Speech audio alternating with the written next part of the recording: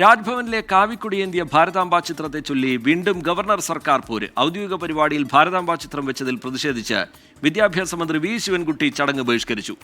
മന്ത്രി പ്രോട്ടോകോൾ ലംഘിച്ചെന്നും ഗവർണറെയും ഓഫീസിനെയും അപമാനിച്ചെന്നും രാജ്ഭവൻ കുറ്റപ്പെടുത്തി.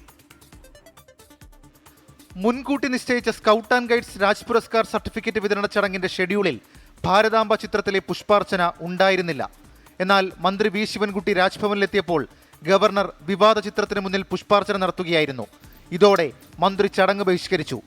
ഭരണഘടനയാണ് രാജ്യത്തിന്റെ നട്ടെല്ലെന്നും മറ്റൊരു രാഷ്ട്രസങ്കല്പവും അതിനു മുകളിലല്ലെന്നും വേദിയിൽ മന്ത്രി വി ശിവൻകുട്ടി.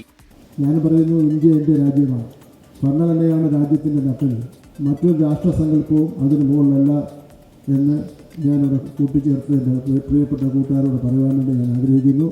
ബഹുമാനപ്പെട്ട ഗവർണർ, ക്ഷമിക്കണം, എനിക്ക് പല കാരണങ്ങൾ കൊണ്ടും തുറന്നുള്ള ചടങ്ങിലൂടെ ഇരിക്കാൻ വേണ്ടി എന്നെ കഴിയില്ല എന്നുള്ള കാര്യം കൂടി ഞാൻ ഓർമ്മപ്പെടുത്തിക്കൊണ്ട് ഞാൻ ഈ ചടങ്ങ് ഇന്ന് വാക്കൗട്ട് നടത്താൻ ഇപ്പോൾ പോവുകയാണ്.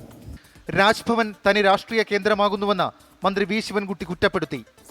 തനി ഒരു RSകാരനാണ് എന്നുള്ള നിലയിൽ നിന്ന് കഴിഞ്ഞാൽ RSകാരനാണെങ്കിൽ RSകാരനായിട്ട് മാത്രമേ നമുക്ക് കാണാൻ വേണ്ടി പറ്റുള്ളൂ. ഗവർണറായാൽ മാത്രമേ ഗവർണറാകാൻ എന്തൊക്കെ മാർഗം വേണം എന്നെ സംബന്ധിച്ചുള്ള ഭരണഘടനയെ പറയുന്നുണ്ട്.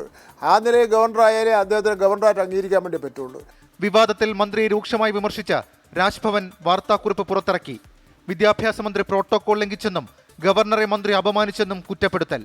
പരിപാടിക്കിടെ ഇറങ്ങിപ്പോയത് ഗവർണറെ അറിയിച്ചില്ല. മന്ത്രി ചെയ്തത് തെറ്റായ കീഴ്വഴക്കം. ഭാരതാംബയുടെ ചിത്രം അറിയില്ലെന്നാണ് മന്ത്രി പ്രസംഗത്തിൽ പറഞ്ഞത്. മന്ത്രിയുടെയും ഗവർണറുടെയും കയ്യിൽ നിന്ന് അവാർഡ് വാങ്ങിക്കാനായി എത്തിയ അച്ചടക്കത്തോടെ പ്രവർത്തിക്കുന്ന സ്കൗട്ട് ആൻഡ് ഗൈഡ് കുട്ടികളുടെ മുന്നിൽ വെച്ചായിരുന്നു മന്ത്രിയുടെ പ്രവൃത്തി. ഇത് വിദ്യാർത്ഥികളെ അപമാനിക്കുന്നതാണ്.